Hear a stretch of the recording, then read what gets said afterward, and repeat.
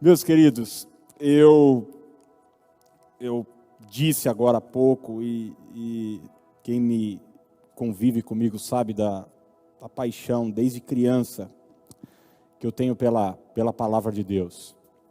E eu não sei quantas vezes eu li alguns livros da Bíblia, dezenas e dezenas de vezes, e por muitas vezes eu leio e Deus fala comigo assim de uma maneira pessoal, íntima, e eu sei que aquilo é uma palavra de Deus para a minha vida, para eu guardar para mim.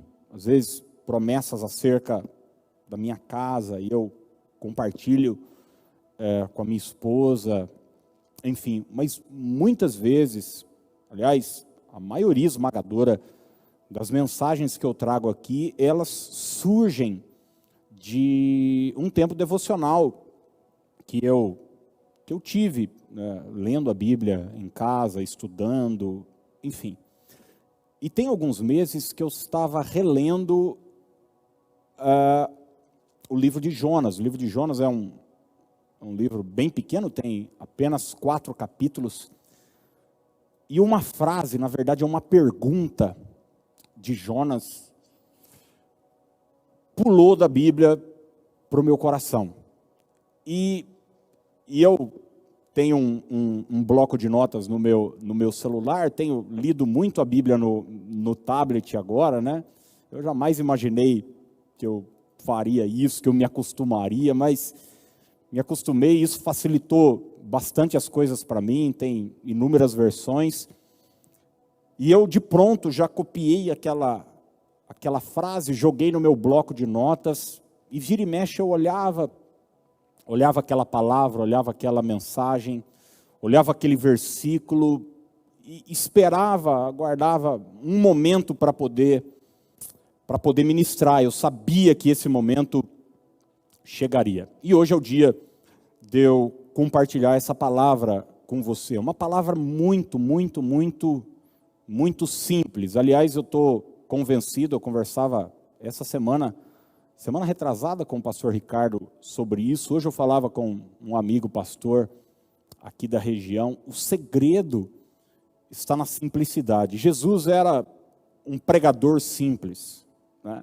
Enquanto os eruditos da época falavam de coisas e tal, eu às vezes vejo pastores falando e tal. Eu respeito, cada um tem um chamado, tem uma forma de poder lidar e ministrar, mas quando eu olho para Jesus, e eu vejo Jesus falando de passarinho, de planta, de semente, a simplicidade, contando histórias, que uma criança entenderia e um erudito entenderia, é a forma como eu acredito que seja a mais eficaz de todas para a gente ministrar. Então eu quero deixar hoje algo muito simples do meu coração, que eu creio ser do coração de Deus também, para o teu coração.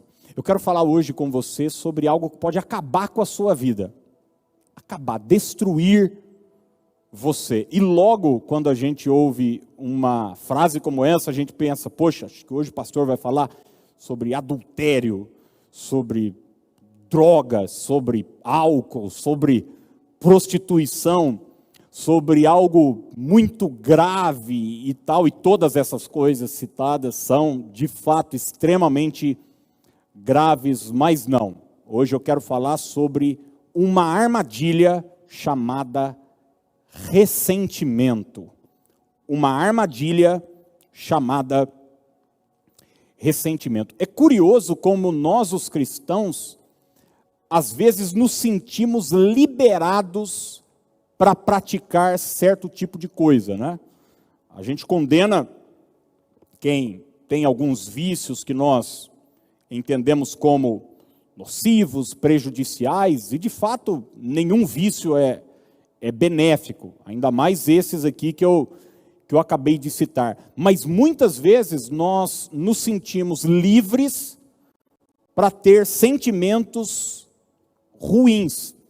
E é sobre esse tipo de coisa que eu quero deixar para você. A palavra ressentimento, ela é definida no dicionário como ato ou efeito de ressentir. Ressentimento também é definido como lembrança magoada da ofensa recebida. Lembrança magoada da ofensa recebida. Agora, o verbo ressentir, ele é definido, e talvez essa seja a melhor definição, como tornar a sentir. Tornar a sentir. Se você dividir, é só um exercício simples, dividir a palavra ressentir, você vai entender isso de pronto. Ressentir é sentir de novo, é voltar a sentir. Ressentir também é definido como ofender-se, mostrar-se ressentido. E a palavra pergunta de Deus para Jonas, que eu quero deixar para você, está no livro de Jonas, obviamente, no capítulo 4, no verso de número 4. Jonas, você sabe, foi um profeta extremamente estranho, esquisito. É aquele mesmo do peixe, mas se todas as vezes que eu leio o livro de Jonas, eu dou risada sozinho, com o jeito de Jonas, a postura dele, e tem muito da gente ali. E Jonas capítulo 4, verso 4, traz o seguinte texto. E disse o Senhor, é uma pergunta para ele, é razoável esse teu ressentimento? É razoável esse teu ressentimento? É como se Deus estivesse perguntando para Jonas o seguinte: existe razão de fato para você se sentir assim? É razoável? Justifica? Existe uma justificativa real para que você se sinta assim? Essa semana aconteceu algo em casa que eu achei muito engraçado. Acho que tem 2 dias. Eu não tenho toque, gente. Bom, quem tem não fala que tem também, né?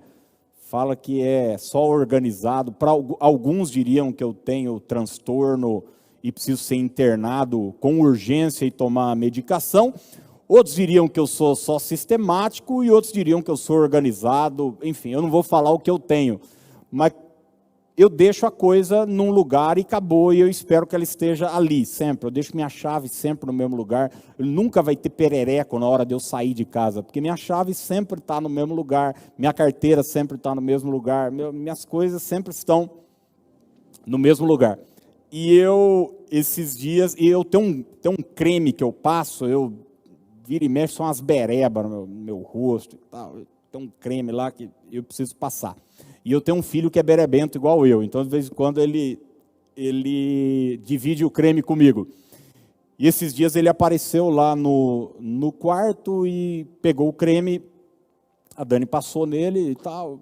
Enfim, na hora que eu fui sair do banho e fui passar o bendito creme, o creme não estava lá. Não estava. E daí quando eu olhei não vi, e assim, para quem é como eu, quando uma coisa sai do lugar, seu mundo desaba, desmonta. Você parece que você entra em parafuso, entendeu? Eu, por exemplo, deixo o controle do portão eletrônico do prédio no negócio aqui, eu deixava. Às vezes tiravam dali, meu Deus, eu entrava em pânico, porque eu chegava na frente do prédio, cadê? E agora? Meu Deus, cadê? Carro atrás? Enfim, eu sou assim. Alguns diriam que é porque eu sou virginiano, mas como eu não acredito em horóscopo, e não pega bem para um pastor falar isso. Não, é meu signo que é assim e tal. Eu sei que eu peguei no pé, eu falei para Dani, essa casa aqui ninguém deixa as coisas no lugar. Toda vez que eu preciso desse creme, esse creme não está aqui. E o creme estava a 2 passos de onde eu estava. E tal. Daí ela olhou assim para mim, com muita sabedoria, muito amor, falou, sua vida está boa demais para você ter que reclamar de um creme, não é verdade? Em outras palavras, ela estava falando o que Deus falou para Jonas. É razoável você se sentir assim, é só uma frase para a gente voltar a si, tirar o ressentimento, que tem a ver, óbvio, com o nosso sentimento, e para a nossa mente, para a nossa razão. É razoável, existe justificativa para você se sentir da forma como vem se sentindo. Eu não sei como estão as suas emoções hoje, enquanto essa mensagem chega até você. Talvez eu esteja falando para pessoas que foram feridas no passado, gente que está amargurada, talvez alguns atravessando algo até mais nocivo e prejudicial que isso, que Paulo chama de raiz de amargura no Novo Testamento. Mas eu quero deixar duas lições, só duas, importantíssimas, que eu sei que podem te ajudar. A primeira delas é que o ressentimento é destrutivo. O ressentimento é destrutivo. Como eu disse, às vezes a gente trata certos pecados, certos sentimentos da nossa vida, porque ninguém está vendo, porque a gente acha que é normal. Não, existe justificativa para isso. E muitos usam o ressentimento, esse sentimento que continua, esse sentimento que se perpetua, como uma forma de compensação. Então é o seguinte, você me ofende, eu fico chateado, não perdoo você, a gente não se conversa, e no dia seguinte eu sinto raiva de você de novo, e no outro dia de novo, e vão passando 5, 10, 20, 30 anos, eu continuo com esse sentimento. É uma forma de eu me vingar do ofensor, mas quem está sendo destruído sou eu, né? Eu cito sempre uma frase que atribuíram a Shakespeare, eu não sei se é dele mesmo, mas dizem que esse sentimento é como você tomar um copo de veneno todos os dias, um golinho, esperando que o seu ofensor morra. E na verdade quem está morrendo é você. O ressentimento é de fato um caminho para a destruição. É algo extremamente nocivo e ofensivo. Às vezes ele surge só como uma coisa que nós achamos, não, eu não estou pronto para perdoar, eu não estou pronto para lidar com essa situação, mas de repente isso vai criando raiz, vai tomando espaço dentro da nossa vida e de repente já faz parte da nossa personalidade. Sermos pessoas ressentidas. Sermos pessoas ressentidas. Você já deve ter visto ou lidado com alguém assim, que você falou alguma coisa, era uma bobagem. Você fez de repente uma brincadeira, falou algo, e a pessoa armou um barraco, por causa de uma coisa desse tamanho. Ou de repente você já fez e já agiu assim. Eu costumo dizer que o erro não está nem em quem de repente falou a bobagem ou fez a brincadeira. É como alguém que foi para a praia, não passou o protetor solar e está todo queimado, ardendo. Alguém chega e encosta. Ele só encostou, ele não deu um tapa. Ele só esbarrou e a pessoa já fica toda dolorida. O problema não está em quem esbarrou. Nós nos esbarramos na vida o tempo inteiro. Falamos o que não deveríamos falar, brincamos com o que não deveríamos brincar, às vezes de propósito, às vezes não é intencional, mas o erro está naquela ferida não tratada. Então, o ressentimento, ele é extremamente destrutivo. E encarar ele, ir levando para frente como uma forma de compensação, só vai fazer mal ao ofendido. Jó capítulo 5, verso 2, diz o seguinte: por certo, não tenha dúvida disso, o ressentimento destrói o insensato, O ressentimento destrói. E olha o que a Bíblia diz, que o ressentido é insensato, é doido, não pensa, ele é destrutivo. Você precisa escolher, ou tem uma vida vitoriosa, ou anda ressentido. As duas coisas não são possíveis. Ou você escolhe andar em vitória, andar em abundância, andar em prosperidade, andar de cabeça erguida, vivendo a imagem de Cristo, vivendo sob a identidade de Jesus aqui nessa terra, ou você escolhe andar ressentido. As duas coisas não serão possíveis. A verdade é que todos nós, gente, todos nós já fomos feridos em algum momento. A maior parte dessas feridas surgem na nossa infância, no ambiente familiar, até porque quando criança a gente é muito frágil e qualquer coisa nos ofende.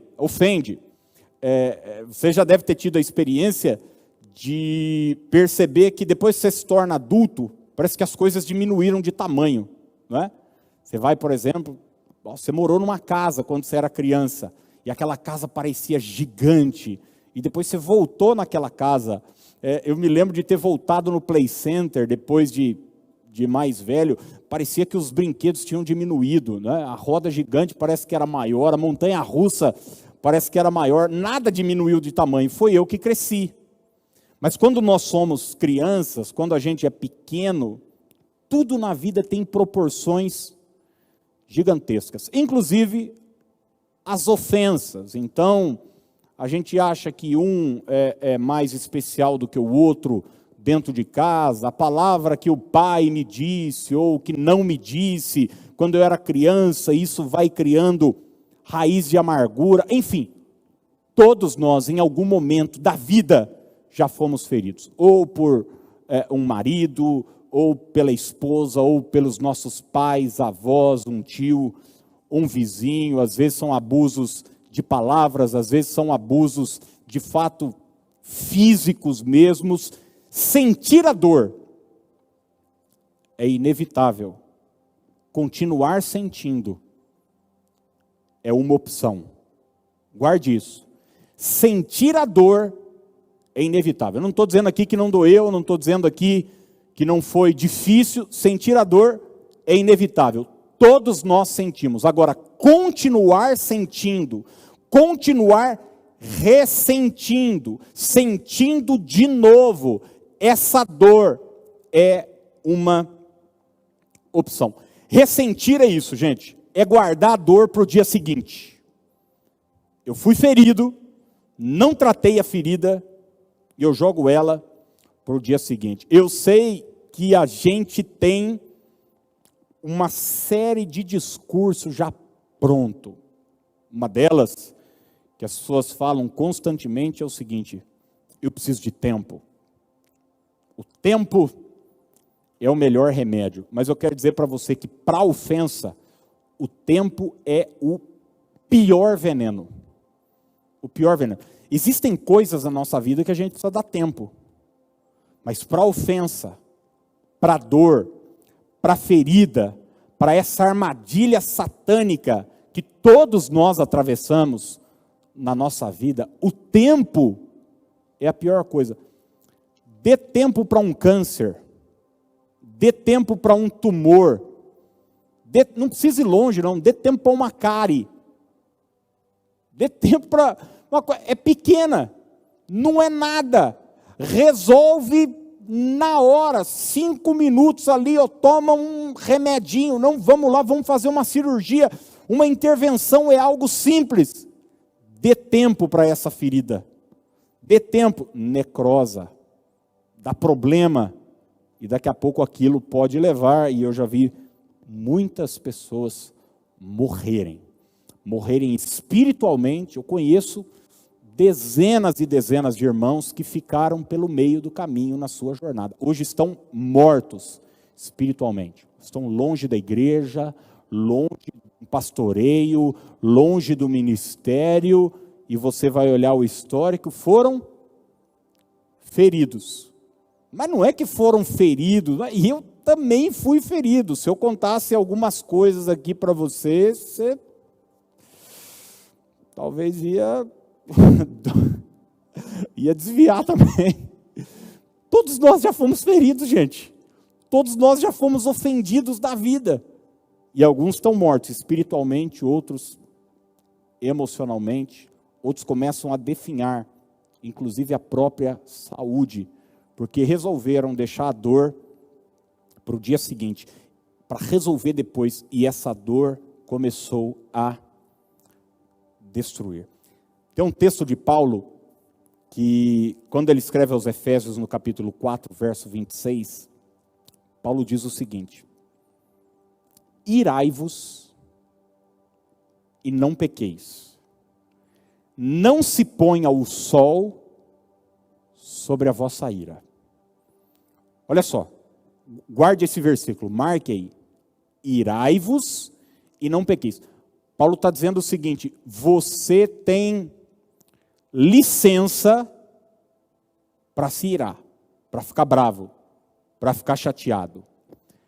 A mesma licença que você tem para ficar chateado e bravo, você não tem para pecar. Então, você pode se irar e mesmo assim não pecar. Uma das formas de você pecar é continuar irado. É levar a ira, é levar a ofensa para o dia seguinte. Você sabe que para um judeu, o dia começava no pôr do sol, né? Quando o sol se punha, começava o novo dia. Então o que Paulo está dizendo é o seguinte: não se ponha o sol sobre a vossa ira, não leve para o dia seguinte a sua ira, a sua chateação, a sua tristeza.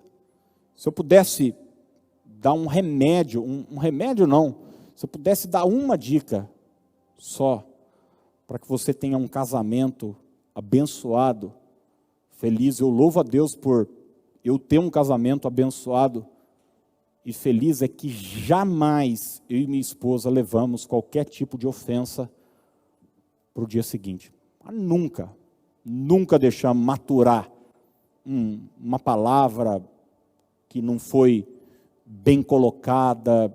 Dias atrás eu falei uma bobagem, assim, nada, xinguei, nada disso, não, gente, não faz nem parte da minha personalidade. Mas eu falei uma coisa que eu senti que eu não deveria falar. 2 minutos depois falei: Dani, me perdoa. Nossa, que bobagem. Ela: não, imagina e tal, não, percebi que você... Acabou. Morreu ali. Não... Agora, e dormir com esse sentimento, no outro dia você acorda, você fala: casamento é uma porcaria mesmo. Com quem que eu pensei que eu casei? Casei com uma pessoa, acordei com outra, eu sabia que esse dia chegaria, minha mãe bem que falava mesmo, e tal, aliás, olha, meu tio separou, minha avó não sei o que lá, e tal, e aquilo vai tomando conta, bem que minha manicure disse, bem que não sei o que lá disse, meu avô já dizia, mulher não sei o que lá, e daqui a pouco está tudo destroçado por causa de uma bobagem que não foi resolvida. Alguém disse o seguinte: ninguém conseguirá te ofender sem o teu consentimento. Ninguém conseguirá te ofender sem o teu consentimento. É como se o seguinte: as pessoas podem até tentar me ofender, mas elas só conseguirão se eu der autorização para a ofensa. Se você não der autorização para a ofensa, eu costumo ilustrar da seguinte forma: você pode colocar um copo de veneno aqui na minha frente, essa é ofensa, mas eu só bebo se eu quiser. Se eu não quiser, eu olho para o copo, ignoro e continuo a minha jornada. A Bíblia vai falar de uma história no livro de Gênesis, que é a história de um homem que, infelizmente, deixou com que a ofensa, que um problema familiar gerasse dentro dele um sentimento terrível. E eu estou falando de Esaú. Olha o que Gênesis 27, 41 nos diz. Passou Esaú a odiar a Jacó por causa da bênção. Lembre-se que Esaú e Jacó eram irmãos, e não só irmãos, eram gêmeos. Passou a odiar a Jacó por causa da bênção com que seu pai o tinha abençoado, e disse contigo: vem próximos os dias de luto por meu pai, então matarei a Jacó, meu irmão. Matarei a Jacó, meu irmão. Você sabe que eu ouvi um pensamento há um tempo atrás, muitos de nós condenamos, né, essa coisa do Antigo Testamento de olho por olho e dente por dente, mas existe até uma explicação que eu achei bastante razoável para Deus ter estabelecido o olho por olho e dente por dente no Antigo Testamento. O que era o olho por olho e dente por dente? Era o seguinte: você matou um animal meu, daí eu vou lá e mato um animal seu. O problema está resolvido, nós seguimos com a vida. Por quê? Porque é natural do ser, era até uma forma de proteção. Por quê? Porque a vingança do ser humano é sempre desproporcional. Então é o seguinte: você vai lá e rouba algo meu, eu vou lá e mato você, sua mulher e seus filhos. Normalmente é assim, né? A vingança é sempre desproporcional. E olha o que Esaú está propondo matar o seu irmão. Ódio, ressentimento. Você vai olhar para a Bíblia, eles vão passar a próxima década sem se falar, sem se conversar. É uma das histórias mais tristes da palavra de Deus. Família dos patriarcas. Nós estamos falando aqui, gente, dos netos de Abraão. O ressentimento, ele é destrutivo. Destruiu a família de Rebeca, de Isaac, destruiu Esaú, destruiu a Jacó. Você vai ver que Esaú passa os próximos anos por essa ferida, tendo comportamentos ridículos. Você vai ver que quando Rebeca manda Jacó ir buscar uma filha no meio dos parentes, Esaú então, porque Rebeca não lidava bem com suas noras, mulheres de Esaú, quando Esaú fica sabendo que isso agradaria aos pais, que seu irmão ia casar, então sabe o que ele faz? Ele vai e casa com uma das descendentes de Ismael, buscando sempre ter a aprovação da família, tudo isso gerado por ressentimento. O cara casa por ressentimento, o cara toma cada passo por causa de ressentimento. O ressentimento é destrutivo, Alguém disse que ressentimento, que pessoas ofendidas, é igual gente com mau hálito. Ela não sente, mas quem está perto não aguenta. Então, é necessário que a gente tenha esse bom senso de fazer uma análise e responder essa pergunta de Deus para Jonas. É razoável? É para tanto? Dá para continuar com isso? Você vai levar isso adiante?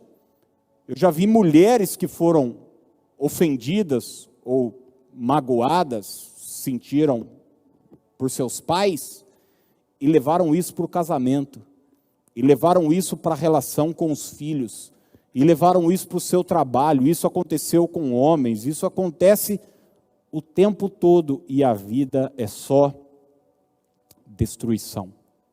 Segundo lugar e último, o amor é o remédio para o ressentimento.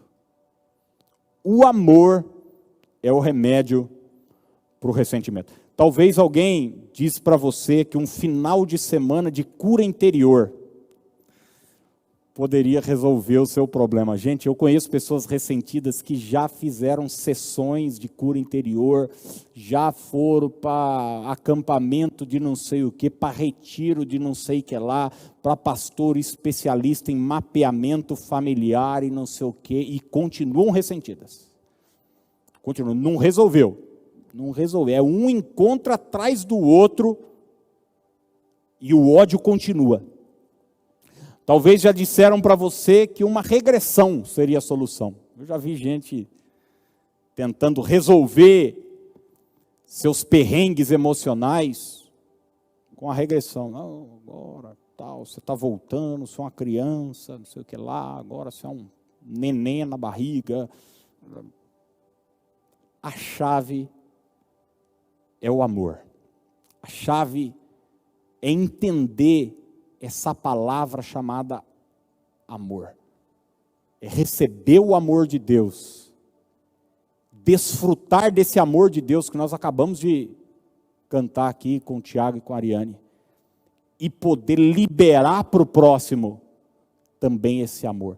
A chave para vencer a ofensa, a chave para vencer o ressentimento é estar inundado com amor. É praticamente como uma vacina, né? Nós estamos aí atrás de uma vacina, o mundo inteiro, igual doido. Quando você tem o amor de Deus, você está blindado contra o ressentimento. Você sabe que você é amado, daí alguém te ignora.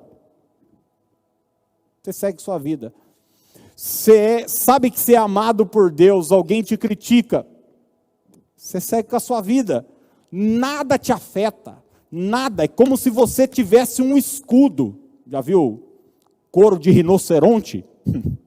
Não entra nada. O amor de Deus te blinda. Essa é a chave. Essa é a cura. Essa é a solução para o ressentimento. Olha o que Paulo, você sabe que 1 Coríntios capítulo 13 é um capítulo lindo sobre o amor. Paulo está tratando sobre os dons espirituais, ele diz o seguinte: olha, eu vou mostrar para vocês um caminho agora sobremodo excelente. Porque todo mundo na igreja quer os dons, né? Eu queria curar, eu queria falar em línguas, eu nunca vi essa disposição para amar. E Paulo está falando, acima de qualquer outro dom, é o amor. E ele começa a falar sobre as características do amor.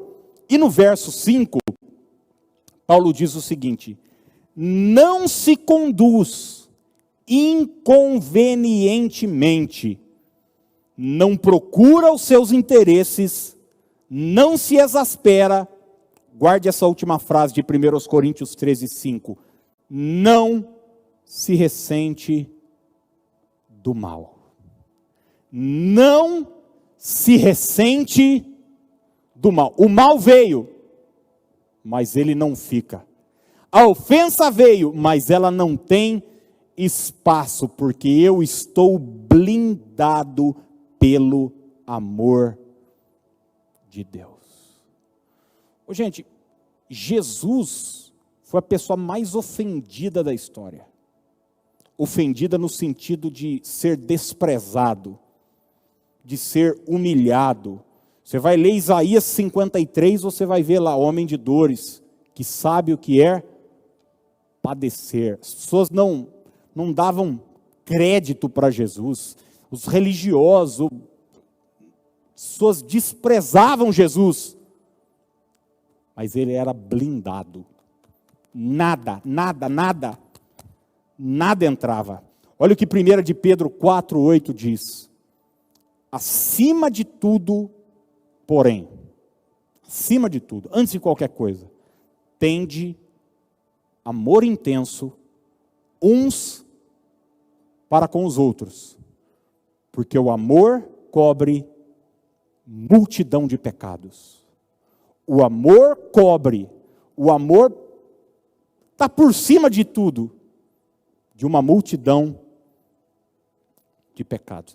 Deixa eu quebrar um paradigma que talvez você tenha na sua mente. O que é um paradigma? um pensamento equivocado. Amor é uma decisão que tomamos e não uma emoção que sentimos. Guarde isso. Amor é uma decisão que tomamos e não uma emoção que sentimos. Às vezes a gente acha que amor é que você vai precisar levar a pessoa para dentro da sua casa ou ir passar as próximas férias junto com o seu ofensor. Nada disso. A menos que Deus te peça para fazer isso. Deus você faz. Mas amor não é uma emoção. Coração, coração, meu cachorro, coração, minha empresa. Não. Amor não é uma emoção que a gente sente. Amor é uma decisão que a gente toma.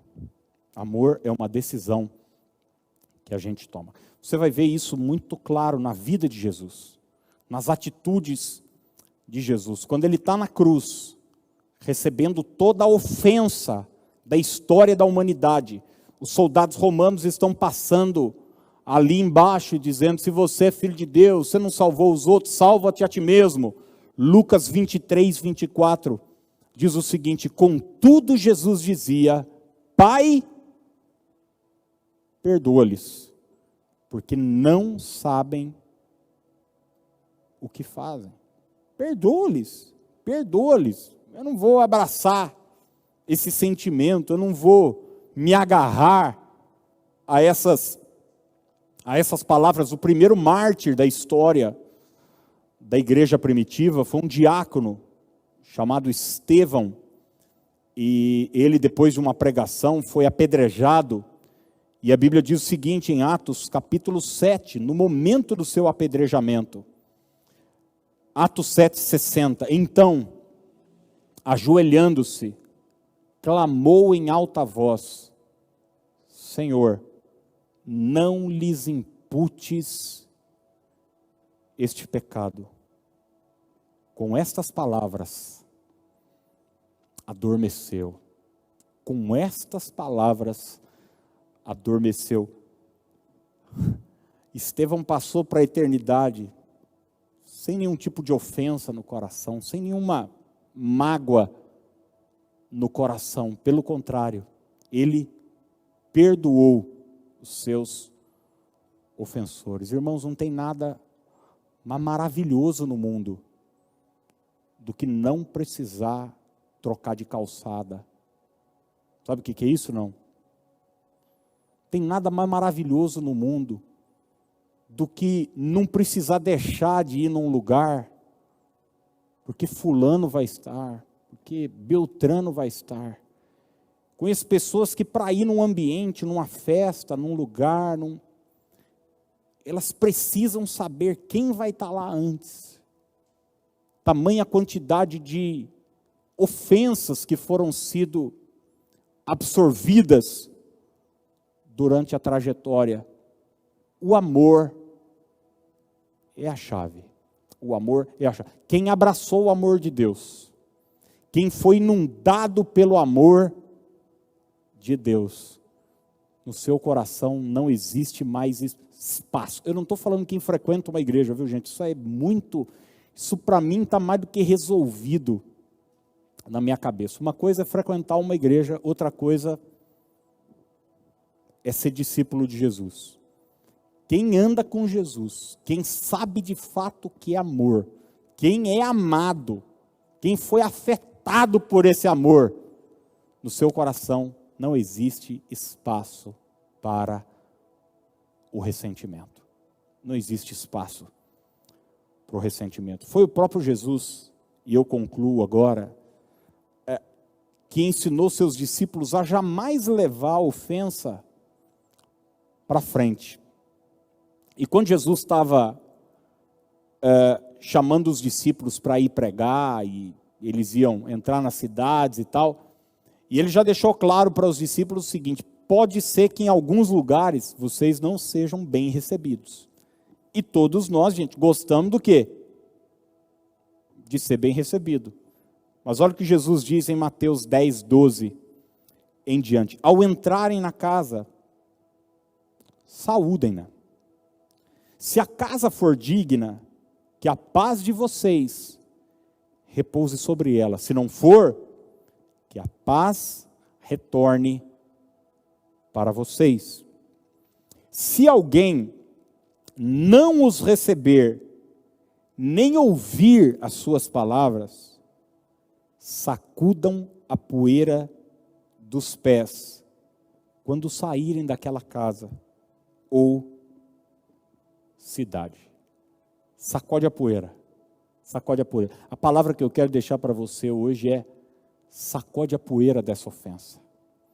Jesus está dizendo: não leva para a próxima casa a ofensa recebida na casa anterior, não leva para a sua vida, não leva para frente, não leva para a jornada que você tem a ofensa recebida. Eu tenho tantos colegas pastores que estão destruídos ministerialmente, na família, por causa de ofensa, por causa de ofensas absorvidas. Eu conheço empresários, homens de negócio, mulheres, pais de família, que estão sendo mortos, estão se matando aos poucos, tomando veneno, dia após dia, por causa de ofensa. Eu termino com as palavras de Deus para Jonas, mais uma vez, para você. Uma pergunta, enquanto o pessoal da música vai chegar, eu pergunto para você: é razoável esse teu ressentimento? É razoável esse teu ressentimento? Talvez você me diga: pastor, mas eu fui traído, eu fui traída, eu fui abusado, eu fui abusada. A pergunta que eu faço para você é o seguinte: continuar se sentindo assim fará bem para você? Continuar se sentindo assim vai prejudicar seu ofensor? Para manter seu ofensor mal, você precisa acabar com a sua vida? É razoável? Tem razão? Tem lógica esse teu ressentimento? A minha oração por você hoje é que você seja batizado com o amor de Deus. É que você receba no seu coração, na sua mente, esse amor incondicional, que excede completamente a nossa compreensão humana. Eu não sei o que te aconteceu, e desculpe a minha sinceridade, não vai resolver eu saber também. Eu poderia gastar aqui alguns minutos contando para você as ofensas que já me foram postas na caminhada. Não vai resolver. Eu tenho uma jornada pela frente. Você tem uma jornada pela frente. Sacode a poeira e parte para a próxima. Deus tem coisa nova. Deus tem coisa boa à sua frente. No nome de Jesus. Aleluia.